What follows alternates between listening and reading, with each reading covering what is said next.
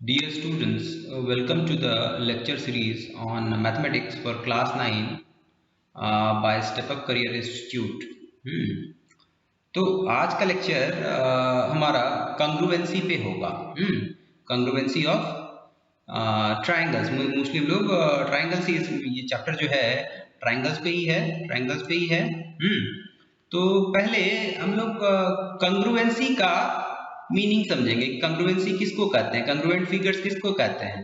अब जरा इस डेफिनेशन को देखिए। इस डेफिनेशन को देखो कि कंग्रुएंट फिगर किसको कहते हैं। कंग्रुएंट फिगर मतलब congruent means equal in all respects. वैसे शेप, वैसे फिगर जो इक्वल हो सारे रिस्पेक्ट में, शेप साइज सारे रिस्पेक्ट में, वैसे फिगर्स को कंग्रुएंट फिगर कहते हैं। तो अब ट्रायंगल्स भी कंग्रुएंट हो सकते हैं, स्क्वायर भी कंग्रुएंट हो सकते हैं, कोई भी फिगर कंग्रुएंट हो सकता है अगर उसका शेप साइज दो फिगर है जिनका शेप साइज सेम हो तो वो कंग्रुएंट होंगे। अब जैसे यहाँ पे ये एग्जांपल ले लेते हैं, ये देखते हैं, ये दो स्क्वायर्स हैं और हमें ये दिख रहा है कि ये दोनों का साइज जो है सेम है, क्योंकि सबका साइड का जो लेंथ जो है वो सेम अपीयर हो रहा है, तो ये कंग्रुएंट हो गए। ये दोनों कंग्रुएंट हो गए। इनको अगर एक दूसरे को सुपरपोज करते हैं तो ये एक दूसरे को कवर कर लेंगे। अब तुम्हारे सामने एक और एग्जाम्पल है। यहाँ चार फिगर्स हैं, चार स्क्वायर दिख रहे हैं। चार स्क्वायर्स हैं। अब इनमें से कौन कौन से कंग्रुएंट हैं। तुमको दिख रहा है कि ये फर्स्ट वाला और ये फोर्थ वाला, लास्ट वाला, ये दोनों कंग्रुएंट दिख रहे हैं। इनको एक दूसरे पे अगर रखे तो कवर कर लेंगे एक दूसरे को, सारा इनका शेप साइज सेम है। जबकि ये दोनों सेकेंड और थर्ड कंग्रुएंट नहीं है। ये दोनों किसी के साथ कंग्रुएंट नहीं है। अब आगे चलते हैं। जैसे इधर के ट्रायंगल्स हैं, इससे पहले हम लोग कुछ सॉलिड एग्जांपल ले लेते हैं। अब उससे पहले हम लोग ये वाला एग्जांपल भी देख लेते हैं। फिगर 7.4 जो है, इसमें 5 फिगर्स हैं और हमें ढूंढने हैं कि कौन कौन कंग्रुएंट है। तो इसके साइड जरा देखते हैं, 4.5, 4 और 5। तो कौन है 4.5, 4 और 5? 4.5 और 4 ये एंगल बना रहा है। तो एंगल ए और एंगल पी जो है, ये ए अगर पी से मैच कर दें, ए को अगर घुमा करके पी पे रख दें और तो ये बाकी दोनों साइड जो है आपका सी जो है आर से मैच कर जाएगा और बी क्यू से मैच कर जाएगा। इनको रोटेट करके इक्वल साइड को सुपरपोज कर दें तो वो कंग्रुएंट हो जाएंगे। तो ये दोनों तो कंग्रुएंट हो गए, ये दोनों कंग्रुएंट हैं। ये इसके साथ कंग्रुएंट है। अब इसको देखते हैं। यहाँ भी 4 है, 4.5 है, 5 है, लेकिन जरा देखते हैं साइज तो दिख रहा है कि कॉरेस्पॉन्डिंग साइड्स हैं इसके। तो 4.5 और 4 जो है एक साथ है। हाँ, तो ये भी कंग्रुएंट हो जाएगा। कि P को अगर हम लोग P को उठा करके F से मिला दें तो ये Q और R रोटेट होकर के D और E के साथ मैच कर जाएंगे। ये भी कंग्रुएंट हो गया। अब ये वाला देखते हैं। यहाँ भी कहानी सेम है। यहाँ भी सेम स्टोरी, 4.5। तो ये M को उठा करके F के साथ रख देंगे तो फिर वो उससे मैच कर जाएगा। तो ये चारों फिगर तो आपस में कॉन्ग्रुएंट है, बट ये वाला इसका साइड जो है अलग है, तो ये इसके कंग्रुएंट नहीं होगा। कभी भी इन दोनों को अगर एक दूसरे पर रखेंगे तो सुपरपोज नहीं करेंगे, तो ये कंग्रुएंट नहीं है। एनसीईआरटी बुक से पढ़ रहे हैं हम लोग। अब थोड़ा आगे पढ़ते हैं। कंग्रुएंसी को लिखते कैसे हैं, इस तरह से लिखते हैं हम लोग कि PQR जो है, triangle PQR is congruent to triangle ABC, इस तरह से रहता है। इक्वल टू साइन के ऊपर यूं टिल्डे साइन। आगे देखते हैं। अच्छा, जब वो फिगर आपके, जब ट्रायंगल्स कंग्रुएंट हो जाएंगे या फिगर आपके कंग्रुएंट हो जाएंगे तो उनका जो कोरस्पॉन्डिंग पार्ट है वो इक्वल होगा और उसको शॉर्ट में हम लोग CPCT बोलेंगे, corresponding part of congruent triangles. अब जैसे ट्रायंगल ABC और PQR कंग्रुएंट हो गए, ABC और PQR कंग्रुएंट हो गए, तो A आपका AB जो है, AB और PQ, ये दोनों कॉरस्पॉन्डिंग पार्ट हो गया। दोनों ट्राइंगल कंग्रुएंट है तो AB इक्वल टू PQ होगा, BC इक्वल टू आपका QR होगा और AC इक्वल टू PR हो गया। और एंगल्स भी सारे बराबर होंगे। ट्राइंगल है, ट्राइंगल में साइड का लेंथ होगा और का एंगल होगा, ये दोनों डायमेंशंस होंगे। तो एंगल भी angle A equal to angle B हो जाएगा CBCD से, ये दोनों ट्राइंगल कंग्रुएंट है। एंगल C आपका एंगल R के बराबर हो जाएगा, एंगल B आपका एंगल Q के बराबर हो जाएगा। तो आप कैसे भी अगर दो ट्राइंगल्स को या दो फिगर को कंग्रुएंट प्रूव कर देते हैं तो उनका जो कॉरस्पॉन्डिंग पार्ट होगा वो इक्वल होगा। कॉरस्पॉन्डिंग पार्ट जो है, corresponding part of congruent triangles equal, और उसको शॉर्ट में हम लोग CPCT लिखते हैं, corresponding part of congruent triangles. तो अब अगला हम लोग क्राइटेरिया फॉर कंग्रुएंस में आते हैं कि दो ट्रायंगल्स को हम लोग कंग्रुएंट कब बोल सकते हैं, क्या क्राइटेरिया है उसके लिए। और इसी क्राइटेरिया में हम लोग अलग अलग क्राइटेरिया पढ़ेंगे। पेन पेपर पे हम लोग बनाएंगे अलग अलग क्राइटेरिया। जस्ट एक ब्राउज कर लेते हैं बुक से। तो क्या क्या क्राइटेरिया है, एक तो हमारा साइड एंगल साइड कंग्रुएंस रूल है, ठीक है, इसको डिटेल्स में पढ़ेंगे अभी। फिर और दूसरा रूल एंगल साइड एंगल है, ये भी एक थ्योरम है, angle side angle congruence, SAS ASA। आगे देखते हैं।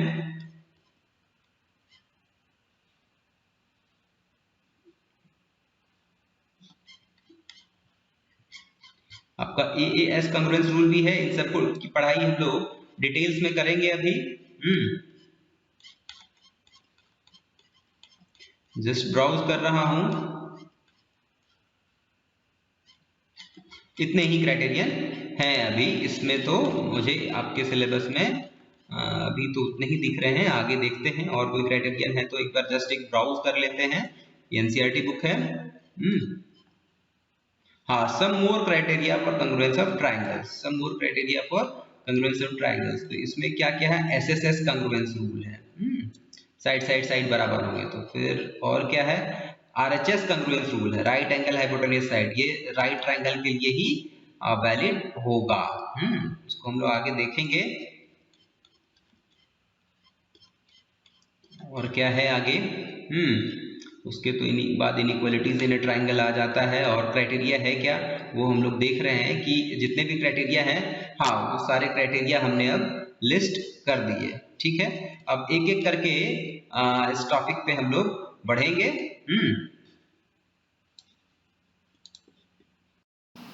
अब हम लोग कुछ फिगर से एक्टिविटी करके कंट्रोवर्सी को समझेंगे। तो आइए समझते हैं। जैसे ये है, ये एक हो गया सॉलिड फिगर है, लेकिन हमको इसका 2D देखना है। 2D देखना है। यहाँ भी एक ट्रायंगल है, ये भी एक ट्रायंगल है। क्या ये दोनों कंग्रुएंट है? इसको देखते हैं। इसको उठा करके एक दूसरे पे रख देते हैं। ये दोनों एक दूसरे को कवर कर लिए पूरी तरह से, यानी ये दोनों कंग्रुएंट है और इनका कॉरस्पॉन्डिंग साइड बराबर है। कॉरस्पॉन्डिंग साइड बराबर है, कॉरस्पॉन्डिंग एंगल भी बराबर है। इसको रख देते हैं। ये भी सॉलिड है, लेकिन इसका दो रेक्टेंगल प्लेन देखिए, 2D प्लेन देखिए, ये दोनों कंग्रुएंट है। कैसे चेक करेंगे? इसको एक दूसरे पे रख देते हैं। देख के तो लग रहा है, लेकिन अगर एग्जैक्टली साइज सेम है कि नहीं, देखिए कवर कर लिया एक दूसरे को। ये भी, ये दोनों रेक्टेंगल्स भी कंग्रुएंट हैं। सेम वे ये भी अगर है यूं, ये भी कंग्रुएंट होंगे कि इसको अगर इस पे रख दिया तो पूरी तरह से कवर कर ले रहा है। हमको 2D देखना है। 2D, ये रेक्टेंगल, ये रेक्टेंगल, उसी तरह से ये रेक्टेंगल, ये रेक्टेंगल। अगला देखते हैं। दो स्क्वायर हैं। सेम वे कंग्रुएंसी टेस्ट करने के लिए उठा करके इसको रख दिए और देख रहे हैं साइड पूरी तरह से कवर कर गया। कंग्रुएंट है। अब अगर ऐसा है, यूं है, एक ये स्क्वायर है और एक ये रेक्टेंगल है, तो ऑब्वियसली इनके साइड्स तो बराबर तो है ही नहीं, दिख ही रहे हैं, ये कंग्रुएंट नहीं है। सेम वे ये दोनों भी साइज से सेम नहीं है, कंग्रुएंट नहीं है। नहीं है कंग्रुएंट। अब हम लोग इस क्वेश्चन को, क्वेश्चन नंबर 8, ये जो क्वेश्चन है इसको सॉल्व करते हैं, और देखते हैं हमारा अंडरस्टैंडिंग कितना बढ़ा है। तो पहले मैं क्वेश्चन पढ़ता हूँ।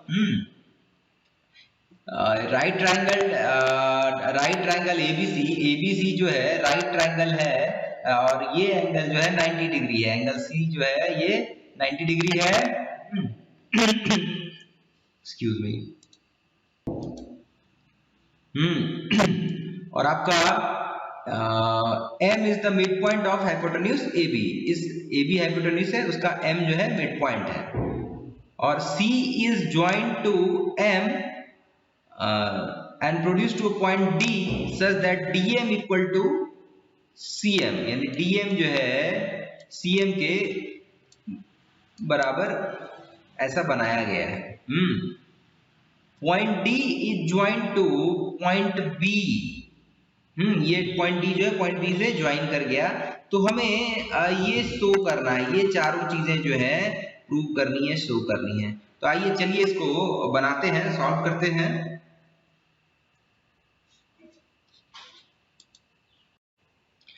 अब हम लोग आगे criteria for congruence of triangles एक एक करके देखते हैं।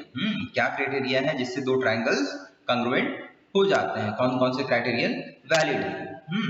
तो सबसे पहले हमारा ये एक्सियम आता है SAS कंग्रुएंस रूल। ये क्या कहता है कि दो ट्रायंगल्स कंग्रुएंट तब होते हैं जब उनके दो साइड और वो दोनों साइड का इंक्लूडेड एंगल सेम होना चाहिए। ध्यान देने वाली बात ये है कि टू साइड्स तो इक्वल होने ही चाहिए। और एंगल कौन सा एंगल कौन सा होना चाहिए? इंक्लूडेड एंगल ऑफ वो जो दोनों साइड है, जो टू साइड्स हैं, वो जो एंगल इंक्लूड कर रहे हैं वो दोनों ट्रायंगल में इक्वल होने चाहिए। अब जैसे ये वाला लेते हैं हम लोग, ये ट्रायंगल लेते हैं, ट्रायंगल AOD और ट्रायंगल BOC। इसमें दिया हुआ है कि OA इक्वल टू OB, तो ये एक साइड दोनों ट्रायंगल बराबर हो गया। OC इक्वल टू OD, ये दूसरा साइड बराबर हो गया। और ये वाला एंगल जो है ये और ये दोनों वर्टिकली अपोजिट एंगल्स हैं। ये वर्टिकली अपोजिट एंगल्स हैं।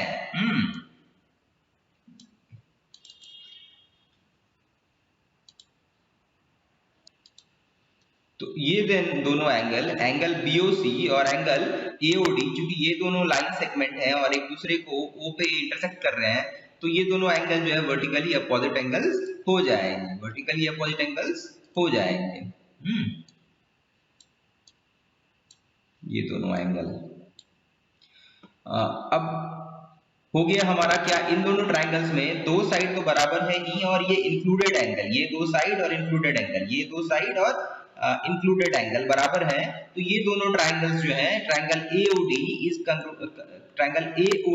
और ट्रायंगल BOC कंग्रुएंट हो गए और SAS एक्सियम से। ध्यान देने वाली बात ये है कि अगर मान लिया जाए ये दोनों एंगल बराबर नहीं हो करके, इंक्लूडेड एंगल नहीं बराबर हो करके, अगर ये एंगल बराबर हो रहा है, इस तरह से है, ये एंगल बराबर हो रहा है, कोई दूसरा एंगल, इंक्लूडेड एंगल को छोड़ के कोई दूसरा एंगल बराबर हो रहा हो, तो वो वैलिड नहीं होता है। वो हम लोग अभी आगे देखेंगे। SAS ट्रू है, और इसका क्या परमुटेशन, कौन कौन से परमुटेशन वैलिड है? परमुटेशन मींस इसका क्या क्या कॉम्बिनेशन हो सकता है। जैसे SAS है, क्या क्या हो सकते हैं हम लोग नीचे देख ही लेते हैं। ये वाला ट्रायंगल तो हो गया, सॉरी ये वाला एग्जांपल तो हो गया। अब इसको इसमें ये वाला भी सॉल्व कर लेते हैं। सेकंड हमारा क्वेश्चन जो बोल रहा है कि AD parallel to BC prove करने। जब हमने प्रूव कर लिया ट्रायंगल AOD और ट्रायंगल BOC कंग्रुएंट है, तो CPCT से corresponding part of congruent triangle जो है एंगल इक्वल हो जाएगा। एंगल B और एंगल A, ये दोनों इक्वल हो जाएंगे CPCT से। अब CPCT से ये एंगल इक्वल हो जाएंगे तो होगा क्या कि हम देख पा रहे हैं कि ये दो सेगमेंट है BC और AD, इसको लाइन AB ऐसे यूं एज अ ट्रांसवर्सल काट रहा है, और तो ये अल्टरनेट एंगल बन रहा है। एंगल B और एंगल A जो अल्टरनेट एंगल बन रहा है, और ये दोनों एंगल इक्वल है, that means alternate angles are equal. इसीलिए therefore AD is parallel to BC। ये हम नीचे देखेंगे ये प्रूव किया हुआ है। यही है alternate angles. Angle OAD equal to angle OBC, जो मैं अभी बोला आप लोगों को। उसी तरह से और भी एग्जांपल्स हैं जो आप देख सकते हैं। अब जैसे मैं अभी जो बोल रहा था कि SAS तो वैलिड है, तो SAS में इंक्लूडेड एंगल सेम होना चाहिए। दो साइड जो दो ट्राइंगल में इक्वल होंगे तो उसमें इंक्लूडेड एंगल सेम होना चाहिए। सपोज यहाँ पे देखिए इस ट्राइंगल में फिगर 7.1 में ये साइड 5 सेंटीमीटर है और इस ट्राइंगल में ये साइड 5 सेंटीमीटर है, ये और ये सेम है। और ये 4 सेंटीमीटर है, तो ये साइड 4 सेंटीमीटर है और ये एंगल 50 डिग्री है, ये एंगल 50 डिग्री है और ये एंगल 50 डिग्री है। तो यहाँ पे ध्यान देने वाली बात ये है कि ये वाला इंक्लूडेड एंगल जो है, ये जो एंगल है, ये एंगल इंक्लूडेड एंगल ये सेम नहीं है। ये दिया हुआ नहीं है और ये दिख रहा है, ये दिख रहा है कि this angle is not equal to this angle. ये वाला एंगल इक्वल है। तो ये हमारा क्या बनता है, एक साइड है, एक साइड है, इंक्लूडेड एंगल नहीं है, एक साइड और उससे सटा हुआ एंगल SSA है। SSA है और ये दिख रहा है कि ये क्लियरली वैलिड नहीं है। SSA बोलिए या ASS बोलिए, इधर से शुरू करेंगे तो SSA, और इधर से शुरू करेंगे तो ASS, तो ये कॉन्ग्रुएंट नहीं है। अब नीचे देखते हैं हम लोग, यहाँ पे देखिए, यहाँ पे लिखा हुआ है, अभी हम जो बात कर रहे थे कि SAS congruence rule holds, SAS valid है लेकिन आपका ये वैलिड नहीं है। ASS और SSA नहीं है, जो कि हमने देख लिया कि यहाँ पे ASS और SSA तो थे, लेकिन ये दोनों ट्राइंगल कॉन्ग्रुएंट नहीं है, जो आप क्लियरली देख पा रहे हैं। इसको एक दूसरे पे रखेंगे तो वो फुल्ली कवर नहीं करेगा, इनका साइज से सेम नहीं है। इसलिए SAS तो वैलिड है लेकिन ASS और SSA वैलिड नहीं है। आगे हम लोग उसको और बढ़िया से समझेंगे। अभी पहले बुक का एक क्विक ग्लांस ले लेते हैं। अब एक चीज और है कि इसी का एक अरेंजमेंट जो है, SAS का एक अरेंजमेंट, सॉरी नहीं, एक अरेंजमेंट आपका ये दूसरा है एंगल साइड एंगल। अब जैसे ये दोनों ट्राइंगल्स हैं, इसको देखिए फिगर 7.11, तो इसमें ये एंगल जो है, ये एंगल और ये एंगल बराबर है, एंगल एक बराबर हो गया, ये साइड और ये साइड बराबर है, इक्वल है। और उसके बाद ये एंगल और ये एंगल इक्वल है। तो ये यहाँ पे क्या हो रहा है, यहाँ पे हो रहा है angle side angle, angle side angle. और ये क्लियरली आप देख पा रहे हैं कि ये दोनों ही ट्राइंगल कॉन्ग्रुएंट हैं, तो यानी ASA भी वैलिड है, ASA क्राइटेरियन भी वैलिड है।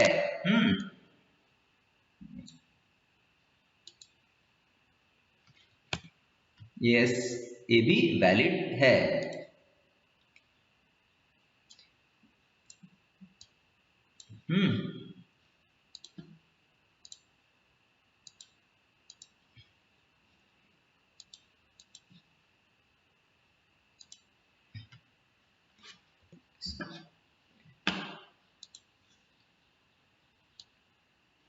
ASA भी वैलिड है।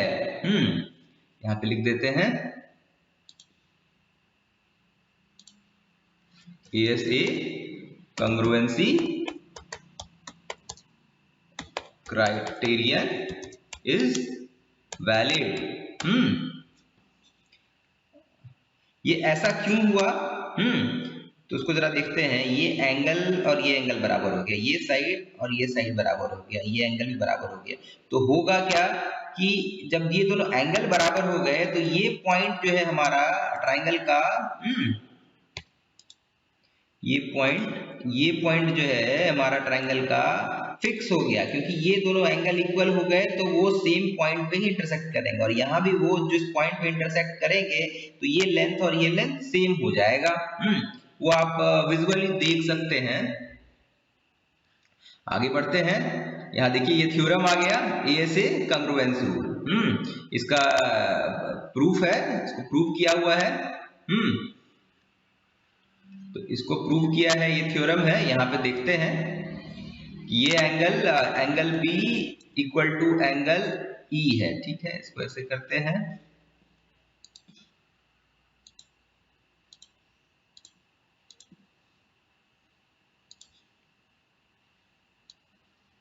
Angle A B C equal to angle D E F, और इधर से एंगल सी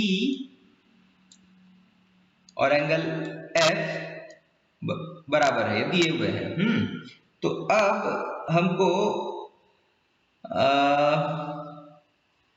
प्रूव करना है कि ये दोनों ट्रायंगल ASA दिया हुआ है, लेकिन हमको प्रूव करना है कि ASA क्राइटेरियन वैलिड है कि नहीं, ठीक है। तो एक केस हम लोग यहाँ पे देखिए, दो केस बना करके किया है, दो केस बना करके इसको प्रूव किया गया है। तो पहली बार में मान लिया कि let A B equal to D, ये ऐसा मान लिया गया। और अब ऐसा माने हैं तो ये साइड बराबर हो गया, ये एंगल बराबर है, और ये साइड तो पहले से दिया हुआ है कि this side is equal to this side. तो SAS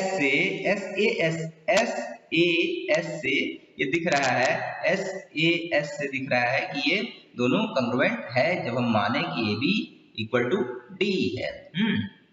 अब एक दूसरा केस लेते हैं कि let if possible AB greater than D। ये केस ले लेते हैं कि सपोज AB आपका D से बड़ा है।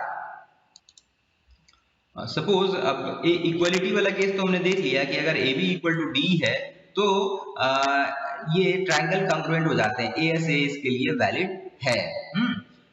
ASA भी मतलब ये हमने माना AB इक्वल टू D माना, तो SAS से ये दिख गया कि ये कंग्रुएंट है, तो ये दोनों ट्रायंगल कंग्रुएंट है।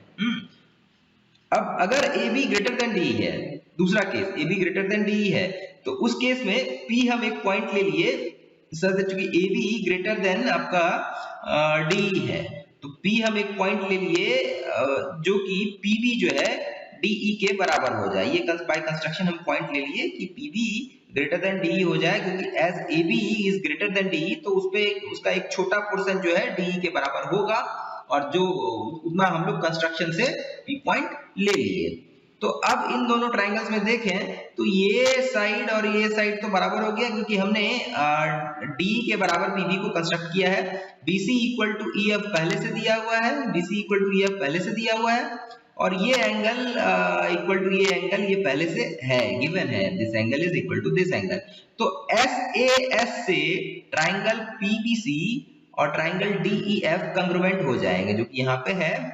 SAS एक्सियम से ये दोनों ट्रायंगल कंग्रुएंट हो जाएंगे। तो अब अगर triangle PBC is congruent to triangle DEF, तो CPCT से हमारा एंगल PCB और एंगल DFE बराबर होगा। PCB और एंगल DFE बराबर होगा CPCT से। बट यहाँ पे क्या दिया हुआ है, यहाँ पे हम क्या देख रहे हैं कि angle PCB is less than angle ACB। Angle PCB angle ACB से छोटा है, और एंगल ACB एंगल DFE के बराबर। That means angle PCB is less than angle DFE, जो कि नहीं है। ये दिया हुआ है कि angle ACB is equal to angle DFE। ये पहले से दिया हुआ है। तो हमने जो माना कि AB is greater than D, तो AB ग्रेटर देन D ये केस तो वैलिड हुआ नहीं। ये केस वैलिड हुआ नहीं, दैट मींस AB ये केस वैलिड नहीं हुआ। तो ये केस वैलिड तभी होगा, ये angle ACB equal to angle DFE तभी होगा जब हमारा PB इक्वल टू AB हो जाए। PB इक्वल टू AB हो जाए, तो PB AB के बराबर होगा, दैट मींस AB जो है DE के बराबर होगा। AB DE के बराबर होगा, तो यहाँ पे BA इक्वल टू AD हो जाए, तो फिर ये ट्रायंगल जो है ABC congruent to triangle DEF इस एक्सियम से भी SAS एक्सियम से आ जाएगा। तो दो केस में हमने देखा कि ASA क्राइटेरियन वैलिड है। कि अब तीसरा केस ये हो सकता है कि हमने A be greater than D माना था, अब तीसरा केस हो सकता है कि A be less than D एक केस बनेगा, क्योंकि दो साइड हैं ट्राइंगल के। अगर कोई दो ट्राइंगल्स में से एक साइड को कंपेयर कर रहे हैं तो या तो वो उसके इक्वल होगा, या तो छोटा होगा या बड़ा होगा। तो बड़ा वाला A be greater than D वाला केस हमने देख लिया। अब A be less than D वाला केस भी हम लोग सिमिलरली जिस तरह से हमने यहाँ पे पॉइंट लेकर के किया था, तो A be less than D में हम लोग क्या करेंगे कि डीई पे एक पॉइंट ले लेंगे। डीई पे एक पॉइंट ले लेंगे बाय कंस्ट्रक्शन, यहाँ पे दिया हुआ है, choose a point m on D such that ME equal to AB, और सेम वे आपको दिखेगा कि ये दिखेगा कि वो जैसे ही आप उसको कंग्रुएंस करेंगे जिस तरह से हमने इसमें किया है, जैसे ही आप उसको कंग्रुएंट करेंगे जैसे हमने इसमें किया है, तो वो एंगल का क्राइटेरियन जैसे यहाँ पे इनवैलिड हो गया था, और वो वैलिड तभी था जब वो पॉइंट जो है P पॉइंट जो ए से कॉन्साइड कर रहा था, जब A B equal to D हो रहा था। उसी तरह से यहाँ भी होगा कि वो वैलिड तभी होगा जब आपका M पॉइंट जो है, M पॉइंट उससे इस पॉइंट से M पॉइंट जो है D पे आप लेंगे तो M पॉइंट D से कॉन्साइड करे, तो उस केस में आ जाएगा फिर से आपको A B equal to D, और वो ट्राइंगल कंग्रुएंट हो जाएगा।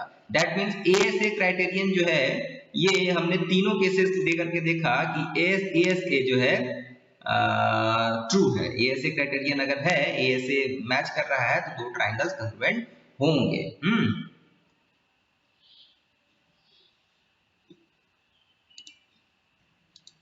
अब ये ASA का एक अरेंजमेंट और करते हैं, AAS करते हैं।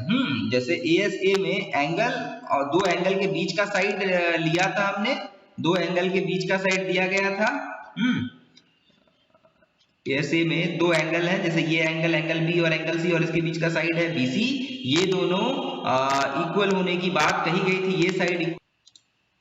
ये साइड इक्वल होने की बात कही गई थी। लेकिन अगर आपको दिया हुआ है दो एंगल और साइड दूसरा AAS दिया गया है, ये अगर दिया गया है तो ये भी वैलिड होता है। ये हम लोग तुरंत देख लेंगे कि ये AAS वैलिड होता है, जबकि SAS में ऐसा नहीं था। दो साइड और एक एंगल हम लेते थे, SAS लेते थे, तो SAS तो वैलिड था, लेकिन SSA और ASS वैलिड नहीं था। जबकि ASA में ऐसा नहीं है। ASA में उसका अगर हम लोग अरेंजमेंट चेंज करेंगे, एंगल साइड भी वैलिड है। ये क्यों वैलिड है? क्योंकि अगर दो एंगल बराबर हैं, आपके दो ट्रायंगल्स में दो एंगल बराबर हैं, तो तीसरा एंगल भी बराबर होगा, क्योंकि सम ऑफ थ्री एंगल्स जो है वो कांस्टेंट होता है ट्रायंगल का, 180 डिग्री होता है। तो इसीलिए जब दो एंगल्स इक्वल हो गए तो थर्ड पेयर तो इक्वल होना ही है।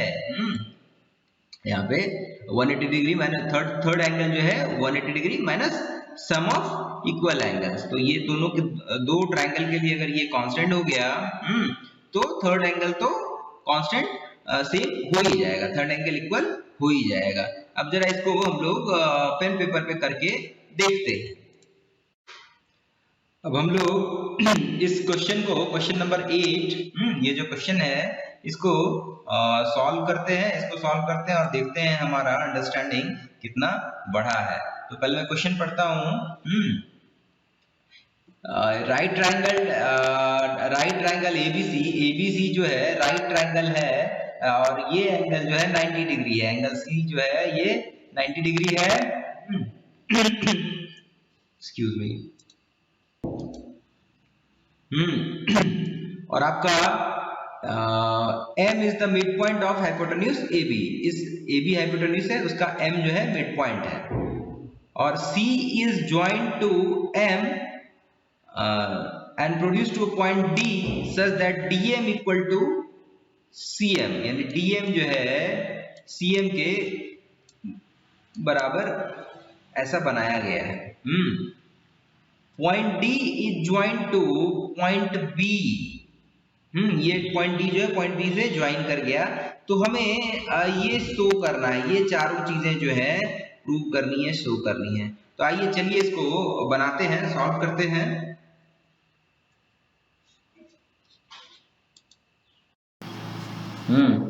सॉल्यूशन फिगर बना लेते हैं।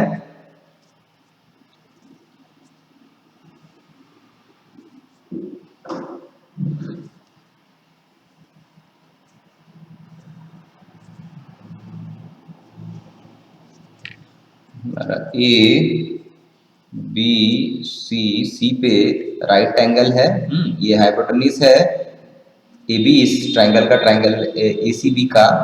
और ये साइड बराबर है क्योंकि एम जो है मिड पॉइंट है ए बी का, और सी और एम को ज्वाइन किया गया है, और एम को सी एम को एक्सटेंड किया गया है डी पे, such that D M equal to C M है, और डी को फिर बी से ज्वाइन करा दिया गया है।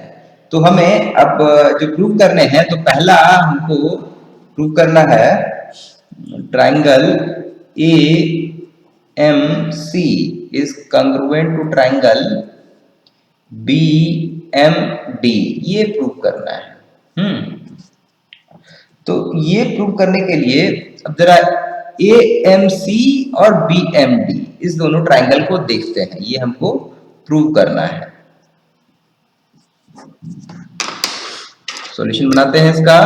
इन दोनों ट्रायंगल कंसीडर किए, तो ये एंगल और ये angle, angle D M B equal to angle A M C, ये वर्टिकली अपोजिट एंगल्स है।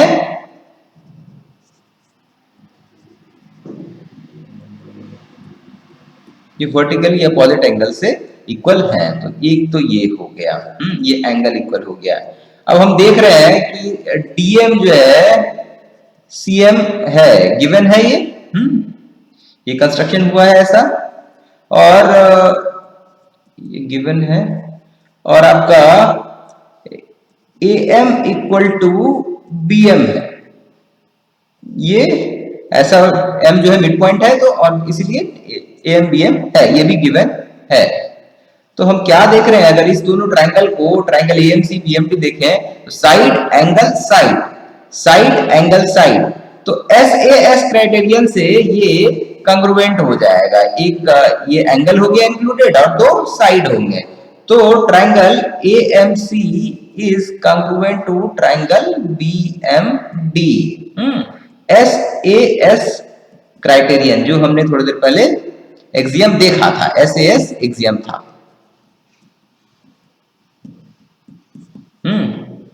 तो ये तो चलिए प्रूव हो गया।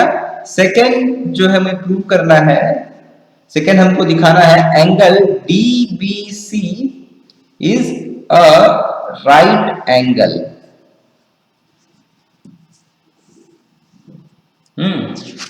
तो इसको शो करना है, टू शो।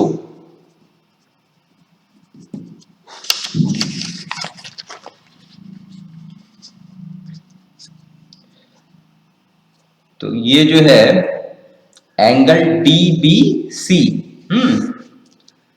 तो अब ये एंगल और आपका ये एंगल और ये angle, angle M B D और angle M A C, angle M B D equal to angle M A C, ये ट्रायंगल ए एम सी और ट्रायंगल बी एम डी के कॉरस्पॉन्डिंग पार्ट हो गए। तो ये सीपीसीटी से corresponding part of congruent triangles ये इक्वल हो जाएगा, क्योंकि हमारा ट्रायंगल एएमसी और ट्रायंगल बीएमडी कंग्रुएंट है, ये दोनों ट्रायंगल कंग्रुएंट है, तो इसलिए ये एंगल के बराबर हो जाएगा। ये हो गया, ये एक बात ये हो गया। इसको हम लोग 1 बोल दिए। अब दूसरा है कि एंगल, अब जरा इसको ध्यान देते हैं, इस एंगल को देखते हैं। ये वाला एंगल जो है angle A B C plus angle B A C plus angle A C B, ये कितना हो जाएगा? ये 180 डिग्री हो जाएगा। 180 डिग्री हो जाएगा, क्योंकि ये जो है इस ट्राइंगल एबीसी के तीनों एंगल का सम है, this angle plus this angle plus this angle equal to 180 degree. ये यहाँ से हो गया, ये 180 डिग्री है। और हमको पता है कि एंगल एसीबी जो है वो 90 डिग्री है, ये जो है 90 डिग्री है, तो इन दोनों का सम भी 90 डिग्री हो जाएगा। तो यहाँ से angle ABC plus angle BAC जो है हो जाएगा 180 degree minus angle ACB, this is equal to 180 degree minus 90 degree, जो कि 90 डिग्री हो जाएगा। ये आपका 90 डिग्री के बराबर angle ABC plus angle BAC जो है 90 डिग्री हो गया। अब एंगल बीएसी और एमएसी दोनों सेम है। एंगल बीएसी और एंगल एमएसी दोनों सेम है, इसलिए इसको मिल सकते हैं एंगल एबीसी प्लस एंगल, अब एंगल बीएसी जो है एंगल एमएसी के बराबर है, इसलिए इसको हम एंगल एमएसी लिख सकते हैं। This is equal to 90 degree. अब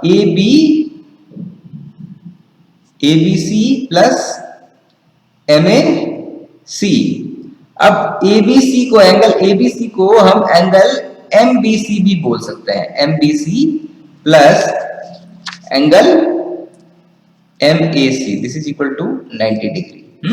तो यानी क्या हुआ, angle MBC plus angle MAC, ये 90 डिग्री है। अब एंगल एमएसी को फ्रॉम 1 जो है हम एंगल एमबीडी लिख सकते हैं, तो एंगल